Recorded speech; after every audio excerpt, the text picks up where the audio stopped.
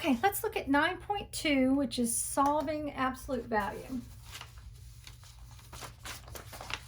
So first of all, let's talk about absolute value. Absolute value also actually means the distance something is from zero. So the distance away from zero.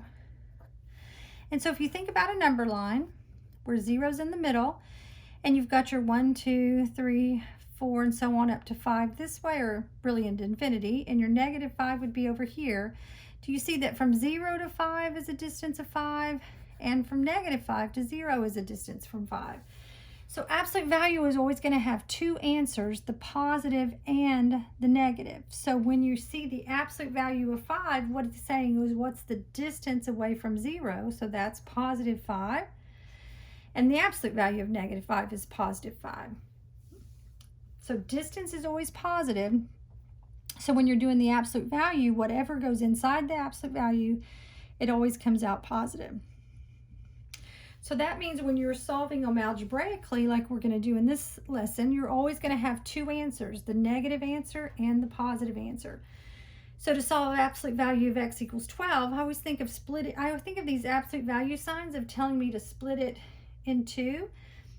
And so I guess I didn't really say, but absolute value signs are two parallel lines on each side of a value. And that's what makes you know it's absolute value. So when you're solving absolute value, you're going to have what's on the left is always going to be equal to the positive of what's on the right, and then the negative of what's on the right. So the absolute value of x is equal to 12 would mean x has to be +12 and x has to be -12. But let's look at one a little bit harder, because now we have an algebraic problem inside the absolute value. So we're going to still split it into two, and we're going to say x minus 3 equals +9. Let's put a little line here.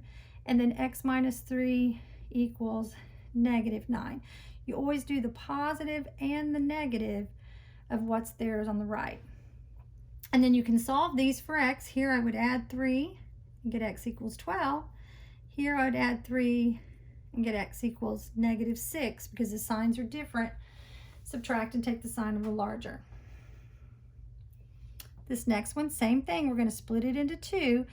So whatever's on the left, I'm going to leave it like it is. So 2x minus 1 equals +11, and then 2x minus 1 equals -11. So the right side, you take the positive and then the negative. Or you can think you write it like it is, and then you change the sign of the right side. So here I would add 1 and get 2x equals 12, and then divide by 2, x equals 6. Here I would add 1 and get 2x equals -10, divide by 2, x equals -5. So again, for all absolute values, you're going to have two answers. Now these next two are really the most missed ones on most tests, because you can't split it into two problems until you have the absolute value all by itself. Do you see here it's by itself? So I can split it up by itself, by itself. But here it is not. I have this -1 here. So before I can split it in two problems, I need to move this -1 over to the right side and get the absolute value of x equals 5. And then I can break it into two and say x equals +5 and x equals -5.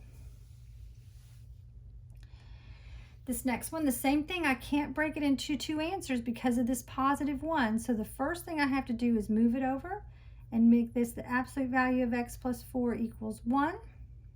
And then I can split it into my two problems. X plus 4 equals +1, and x plus 4 equals -1. And then you solve by just subtracting 4 and getting x equals -3, subtracting 4 and getting x equals -5. So you've got the two answers.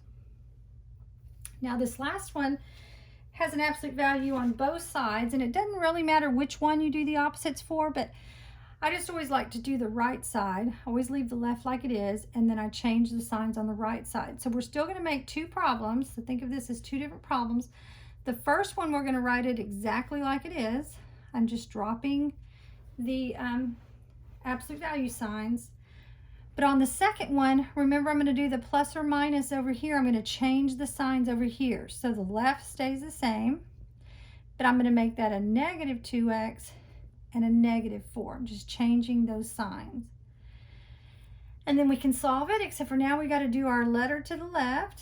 So I'm going to minus a 2x, giving me an x plus 1 equals 4. And then minus a 1, giving me an x equals 3. And on this one, I'm going to move my letter to the left. So I'm going to do the opposite, plus a 2x, and get 5x plus 1 equals negative 4. Subtract the 1. 5x equals negative 5.